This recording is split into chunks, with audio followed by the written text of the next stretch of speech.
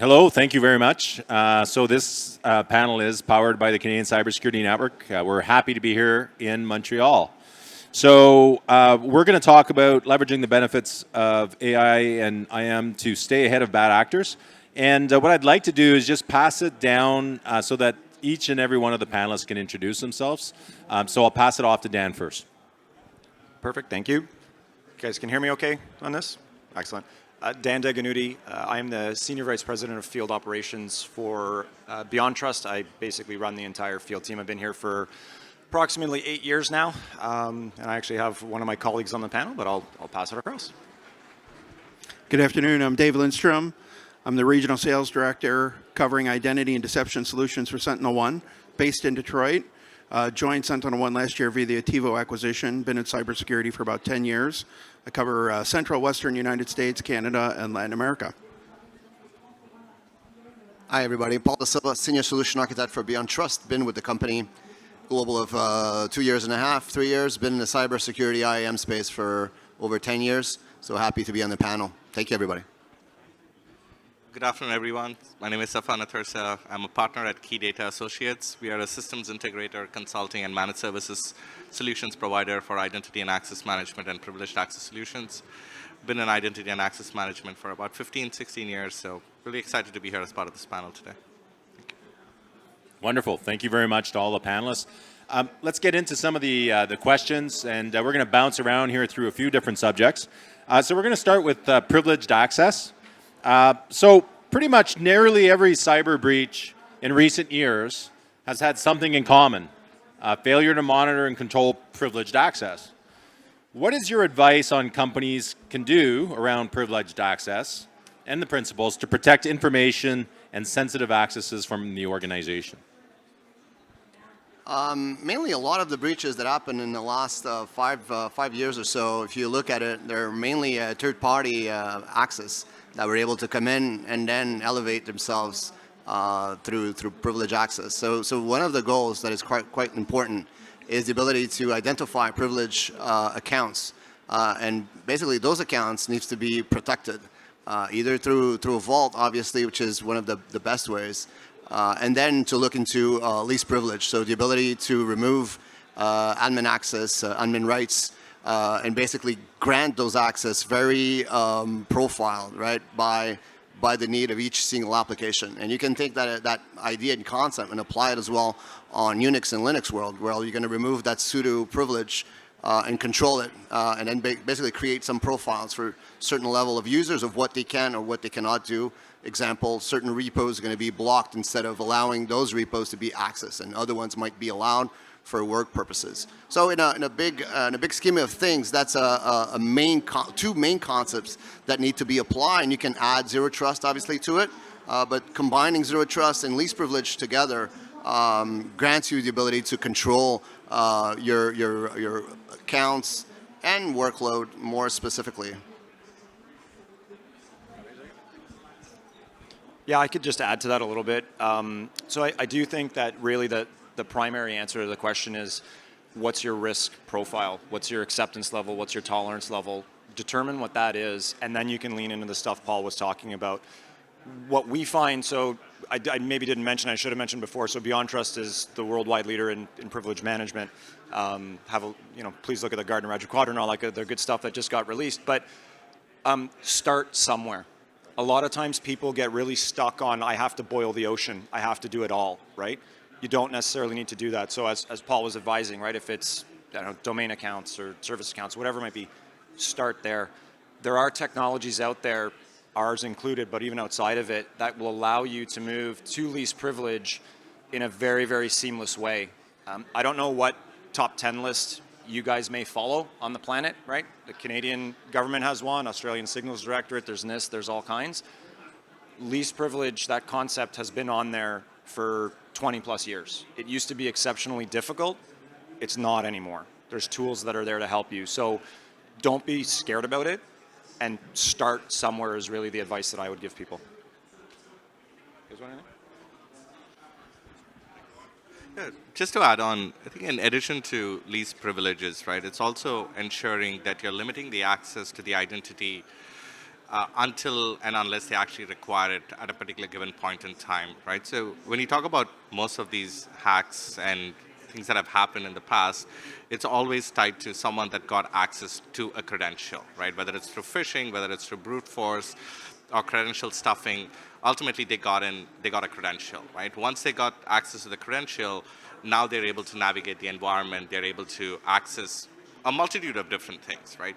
So if you're able to limit the access that the person has to the identity that they have actually accessed, you're able to minimize the damage that someone is able to do, right? So in addition to, obviously, the concepts that we spoke about with regards to least privilege, ensuring that you're managing the accesses in a very limited manner, right? And then when someone actually needs to perform a task, I know it's easier to say in theory versus in actual when an administrator needs to do a task and then they need to go get their privileges elevated, but target the ones that are the most important, that are the ones that can do the most damage, right, as the priority ones from your perspective, and then look at some of the other accounts in terms of how you can minimize what access they have.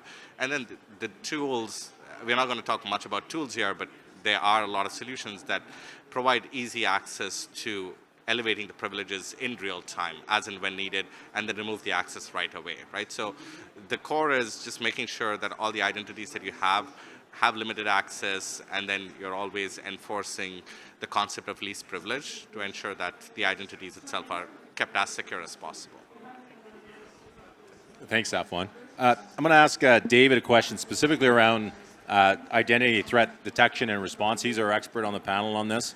What steps can organizations take to protect the identity infrastructure and prevent the worst outcomes from identity-based attacks? Yeah, that's a great question. I think regardless of where you are on the PAM journey, the concept of identity threat detection and response can really help protect the organization from identity infrastructure attacks and common identity-based attack techniques. So I would start with understanding risk within your identity infrastructure, primarily Active Directory. Understand overexposures, excess privilege, in order to take remediative action to harden the environment, to make the likelihood and the impact of an attack less. And from that point, you're never going to be able to reduce all risk. So then it becomes about protecting what risk remains. So there's a number of ways that you can go about doing that, starting with limiting access to Active Directory itself. So it's open to anyone who wants to see it. It's a directory by design, so any user level account can ask it any information it wants. So doing something about that, because that's a big security risk.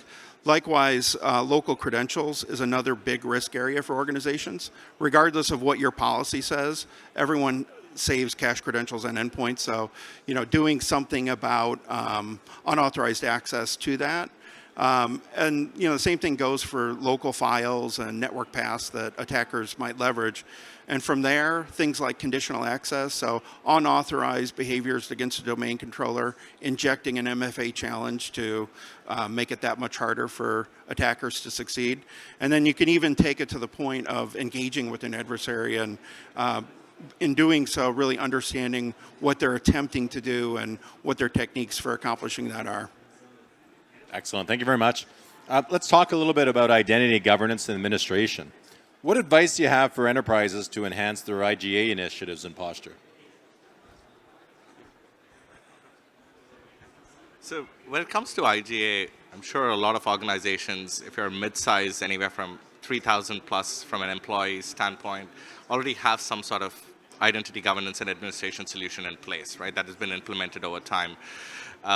The evolution that we're seeing over the last 3 to 4 years has been moving these identity and governance solutions into more a SaaS-based consumption model, right? Where in the past you needed to have a huge team. I know organizations where I've gone in which had a team of 10 to 12 people that have been managing the identity governance infrastructure, everything that goes in with it, right? From the network, from the servers, the applications itself that needs to be deployed and managed.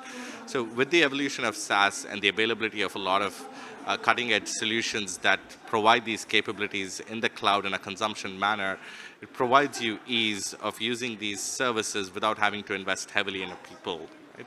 So it's easy to get migrate to the cloud and be able to leverage IGA, consume all the services, whether it comes to provisioning, deprovisioning, administration of the platform, without having to invest heavily internally as an organization to manage that platform itself, right?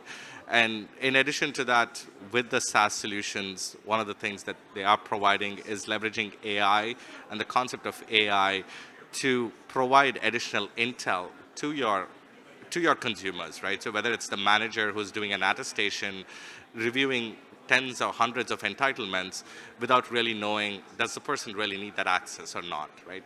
With leveraging AI, and that's one of the key concepts that we'll be talking about today, the solution is able to provide you recommendations to say, depending on which department you belong to, the kind of job function you are in, and other peers within the same organization doing a similar role, it can provide you recommendations to say, this most likely is not an access that the person needs, you should remove it, or this is something that's really relevant, and even provide recommendations on additional access that they should have to be able to perform the job functions if that's something that is required as part of it, right? So it's really kind of leveraging the power of SaaS solutions and the capabilities that are available and tying that really closely to some of the intel that you can get from these platforms and provide your managers, provide your directors the ability to take informed decisions, right, and make it much easier for them to do their task instead of just rubber stamping, right, from an access standpoint. So I don't know if you want to add something. Yeah, I'll add some concepts as well to the IGA space, and mainly you're going to see this more and more often in regards to certification process on the IGA platforms. So certification process is sometimes quite tedious, where product owners have to go through a process every single, sometimes quarter, sometimes monthly, depending on the organizations. But a lot of those realities is that they need to approve the access that was granted in the past. Are these users still part of that project? Are they still allowed to access application ABC? So what we're going to see more and more is really a concept of authorization. So basically mapping the reality of the provisioning to the application. Is it truly that user A is allowed to do that function in application? So the concept of authentication and authorization within the IGA world is something that we're going to see more and more in the future, and then help out and be more realistic on the certification process that's going to be applied by the IGA tools. So that's the only thing I wanted to add part of this topic.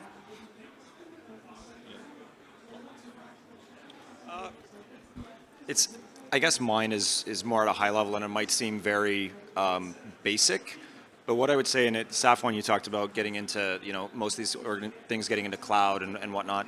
So where possible, try to standardize on your IGA solution, right? So we tie into IGA solutions as an example, right? We provide insights into those. And one of the things that we're noticing is there are mixed deployments that you see out there, right? So you have your on-prem, and people for cloud do another vendor, people for vendor access will do something, for customers will do something else. What it ends up leading into is some of the stuff that Paul was just talking about. You end up with a lot of misconfigurations, right? You end up with a lot of entitlement not breach, what's the word? What's the word I'm looking for?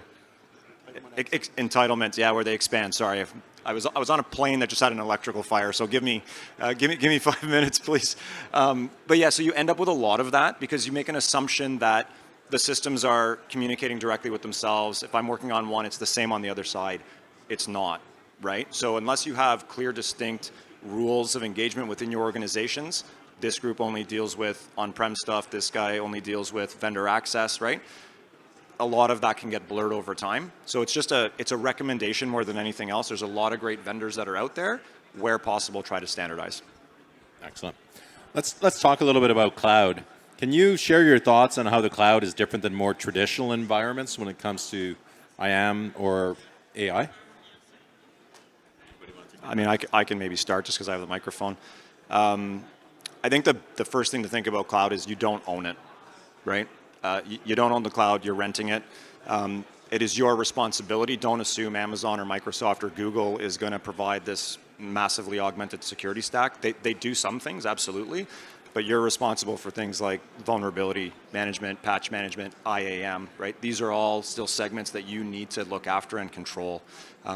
That's probably the biggest thing that I could say.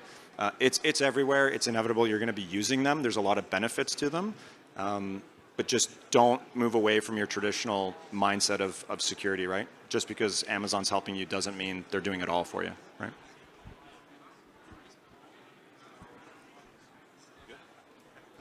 So, considering the advent of cloud, having developed over the last 5 to 6 years, right, there's definitely much more granular controls that it provides you, right, whether it comes to roles or entitlements in terms of who's able to do what functions within the cloud, right?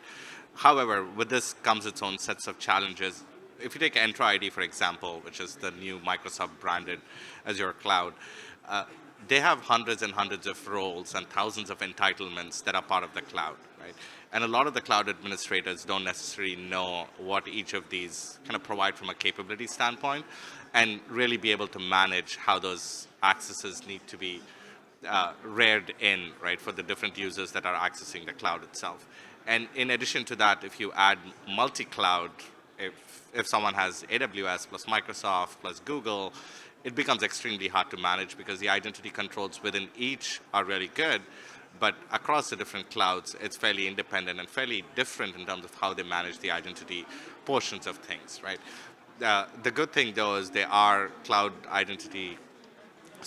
infrastructure entitlement management solutions that are able to bridge the gap and be able to provide much granular abilities to be able to manage different clouds and access that the individuals get, right? So it's really kind of, again, to Dan's point, making sure that you have a good understanding of what's in your cloud, that you're still responsible, even if you're consuming within the cloud, in terms of what access your individuals have, and making sure that you have good controls and processes and policies around managing those.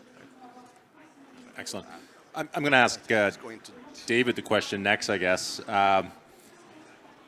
How has AI compounded the risk associated with credential compromise and privilege escalation, and how can AI help?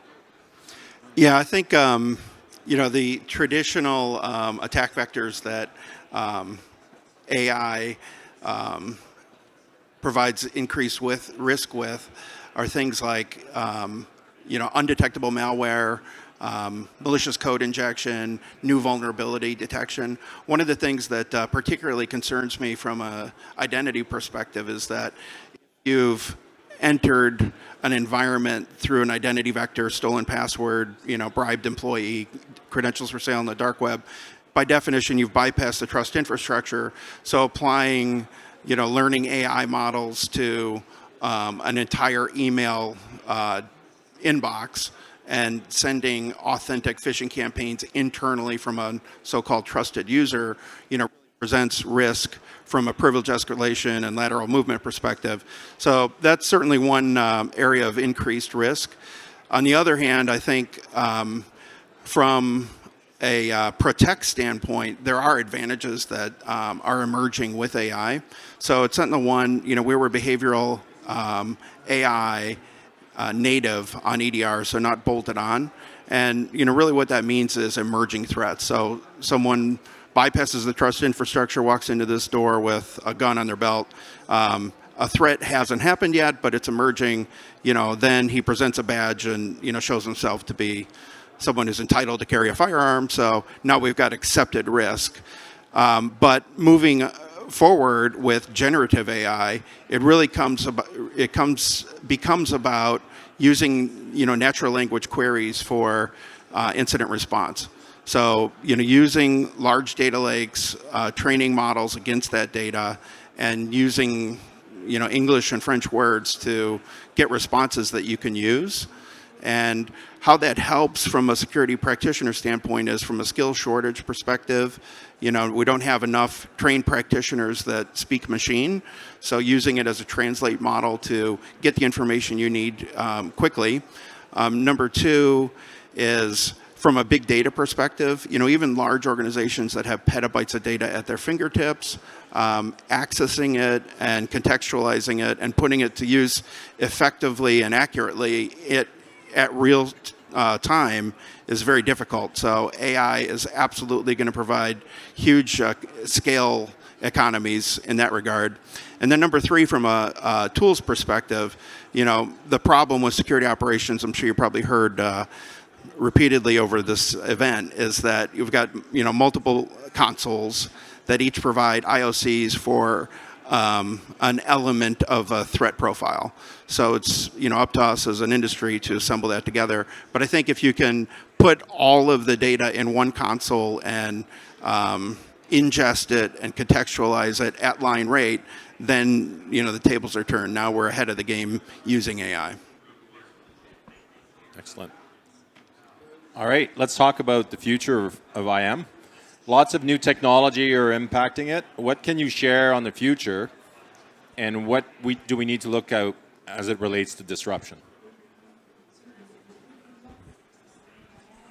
In regards to the future REM, we're going to see more and more people adopting passwordless environments, right? So passwordless is going to be used. So we have to embrace the passwordless concept on the IAM space. As well, we're going to see technologies being less and less focused on MFAs. MFAs has been breached a couple times lately. So MFA concept is gonna move sideways a little bit. Obviously, the embracing of FIDO2 is going to be part of it. The other great concept in regards to IAM is going to be embracing the zero trust model, as you all know, and we're going to see it more and more coming in down the future. Thanks. Great. Additionally, I would say ITDR, I know we touched upon that a little bit, is another area we'll see lots and lots of development. If you see so far, identity and access management has been really focused on how to prevent someone from getting in or getting a particular access or having controls around what access someone has, right? But it hasn't really focused as much around the detective controls. So kind of marrying ITDR into the XDR, the EDRs of the world, which are already doing a great job when it comes to networks, servers, and the infrastructure, and tying that into an identity, right? I think earlier on I mentioned as well, majority of the time someone has gotten into an environment, they've accessed someone's credential, right?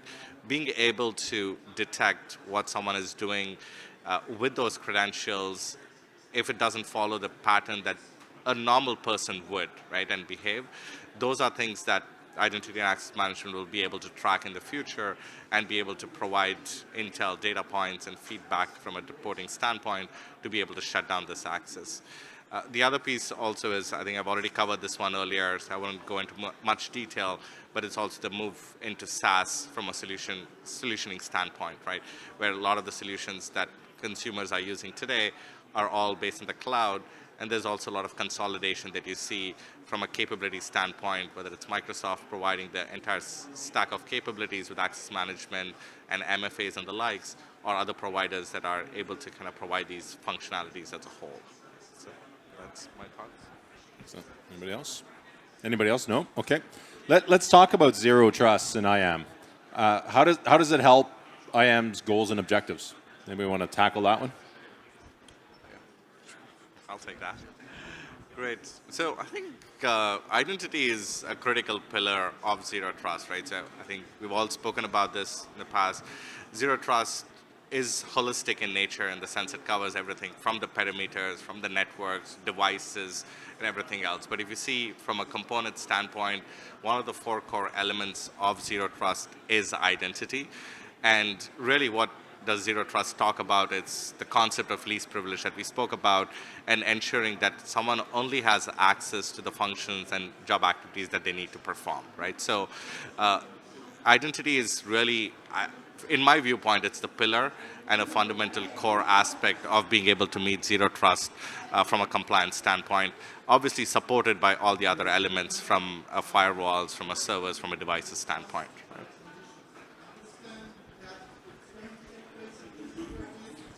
I think that the pieces that I would add is I would simply say it's about time with regards to zero trust, because if you think about the identity space, the privilege space, and the access space, they were founded on the principle of I don't trust you. I trust nobody. This is 20 years old, right? So the fact that the entire market is now converging on this is brilliant. It used to be a buzzword.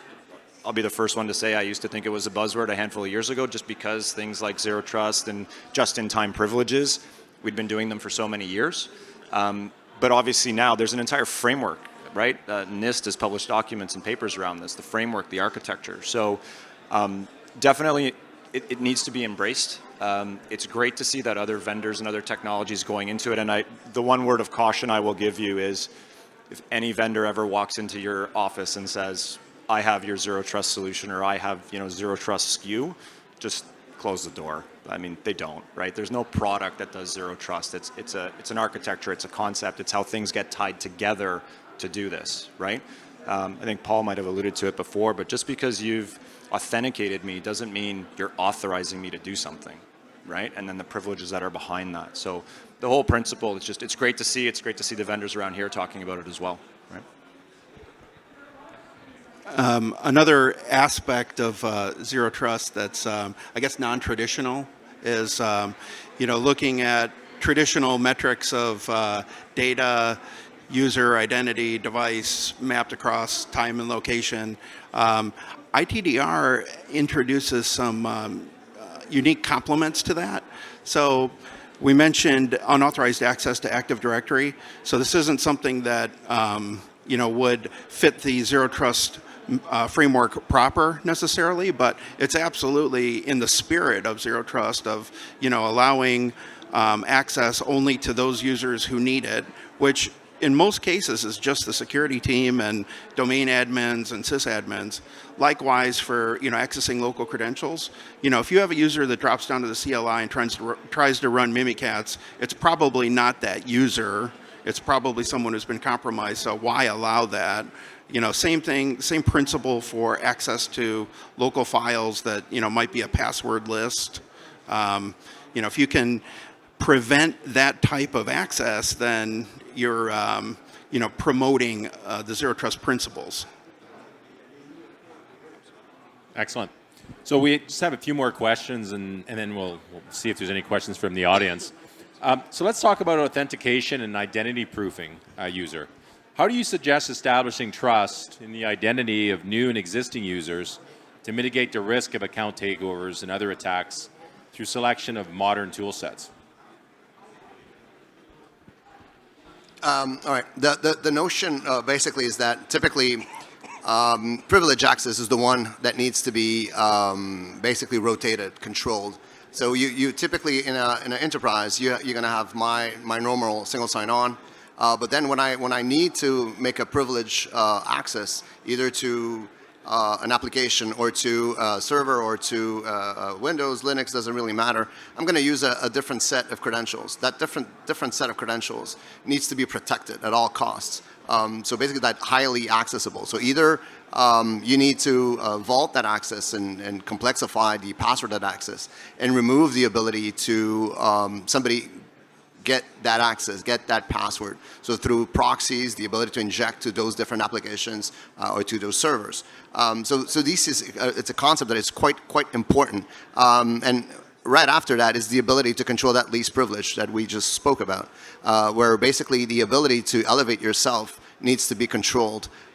You cannot grant that ability to elevate yourself into application XYZ or to server XYZ.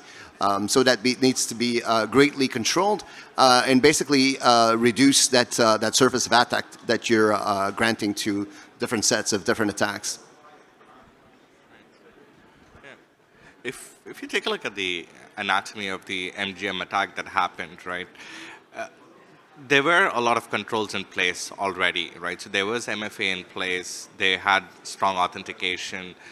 But the way they were able to get in and bypass it was calling into help desk and convincing the help desk agent to change the MFA factor to something that the hacker was trying to use to log in, right? So at this point, how do you provide abilities, even for an individual outside of privileged access, right? Even for a regular individual, to ensure that you're doing additional validations before any sort of change like this is allowed, right?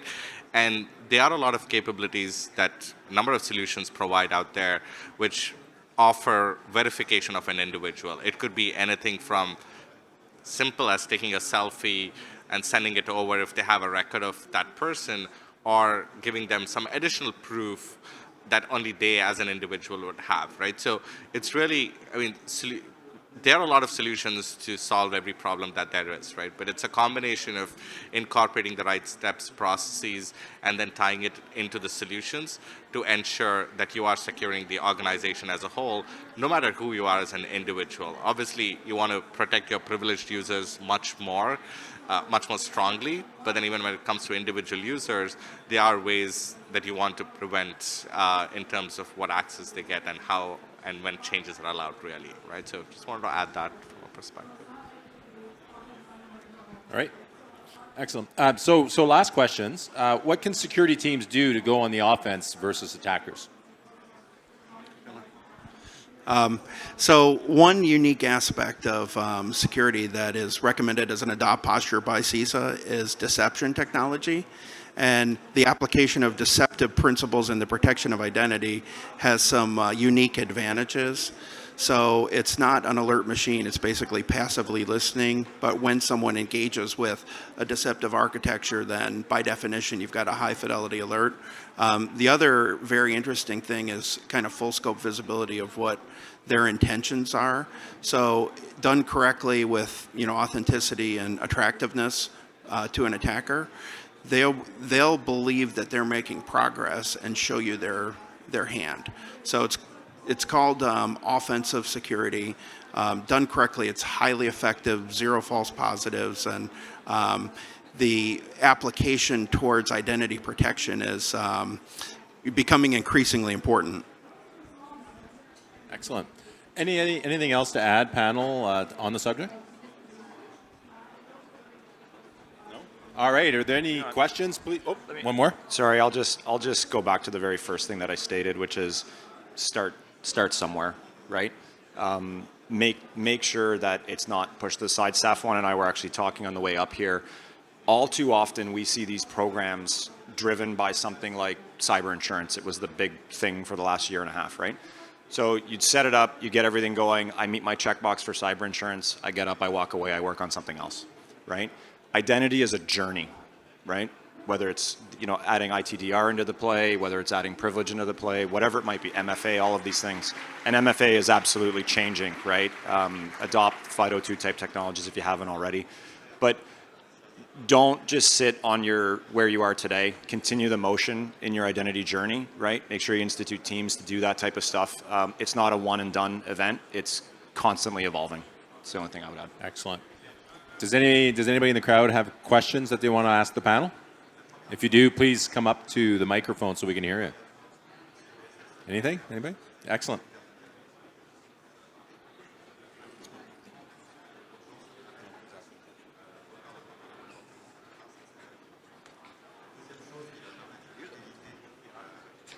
Thank you, gentlemen. Sorry, it was a little bit too loud. Thanks a lot for the presentation, and I just had one question. So I'm actually working in an IT department of a Series C startup, and we're currently in the point to kind of like implement an identity and access management solution. And it happened to be Okta for the last 2 months that I'm putting time in kind of like analyzing this tool. But with the recent threat,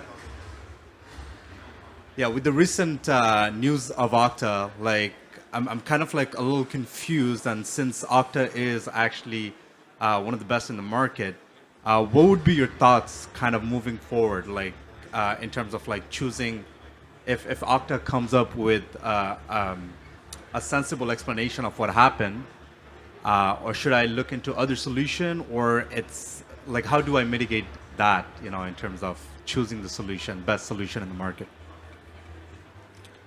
Well, the last attack was actually discovered by Beyond Trust. In regards to that, there's some disclosures that were not publicly released. So there's even information that I don't have myself. I think in regards to that single breach, I think Okta has taken the steps to fix it. They actually worked on this for the past month, so they were aware of it. It was flagged. Now, I do think Okta is a great company, so I won't criticize them. Breaches happens pretty much everywhere. So I think in that aspect, I'm sure they're going to do their due diligence. even though I think it's the second time that happens to them. But I think one aspect, security, it's a layer concept. So even though they might have some flaws, quote unquote, there's always, you need to make security within different layers and to prevent stuff like this from happening. So in this case, I think what would really happen, I think it was partners from Okta that were able to kind of get very restricted access, part of an injection that were used. But another part or concept, I mean, and I kind of skipped this because I don't want to get too technical on this, but the notion of users in Okta, so you have different users, different roles, and right, if there's an attack, they breach or elevated through those accounts. Another great concept, another second option that is out there is the notion of using certificates and short-lived certificates to access certain applications, and basically use very short times to access either servers, either applications, doesn't matter, instead of relying solely on purely either SAMLs or YDCs or JAW tokens. So again, to this, it's all a concept of layers. Breaches, they will happen to Okta and maybe other ones that are facing, on the IAM space. I don't want to name any others, but it could happen to anybody. I think it's more a due diligence on our sides to have the ability to control if something happens. So not only leaving Okta or your IAM tool alone. Basically, if something happens, you have to be monitoring your own environment, making due diligence on your own environments of either third-party access inside, third-party access, getting granted on the IAM tool as well. So basically, again, back to that multi-layer aspect of it. Did you want to comment? There you go. I think just to add on to what Paul said, right? I think when it comes to a solution that's widely adopted, there will always be a target for hackers, right? Okta has 16, 18,000 customers at last count, so they're definitely one that hackers go after. As more and more solutions like Ping, ForgeRock, all the leading vendor technologies are offering cloud solutions today, right? So irrespective of the solution that you use, unless you want to lock it all behind a firewall internally on-premise, you are going to have a similar challenge, right? So the best thing you can do is make sure that you have compensating controls within the organization from your perspective, and then work very closely with the vendors to make sure that you and your users that are using the platform are not impacted as such.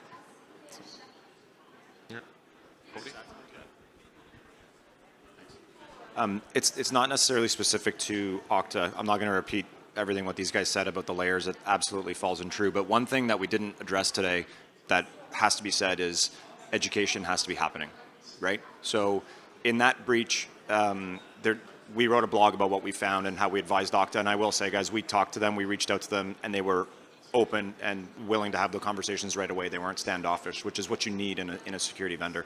But it started with somebody impersonating support, Okta support, right? You have to ensure your organization goes through security training to start questioning things. You talked about phishing campaigns earlier, right? Things like this have to be there. You have to educate our staff and our users. A lot of what we talked about up here today, it changes the workflow that people are used to. If you don't educate them as to what that workflow should look like, they're not going to question it. They're just going to say, yeah, this is accurate, this is right, and they're just going to let it go. So the point these guys made is very valid. It's, yes, it happened to them. It could have happened to anybody. You had to, make sure that you looked one layer down at, wait a second, why is this now happening just because I've granted this access, right? So food for thought. Excellent. Thank you very much. That was great answers. Difficult question to answer. Anybody else have any questions? No? Well, thank you very much. Congratulations to the panel. Well done.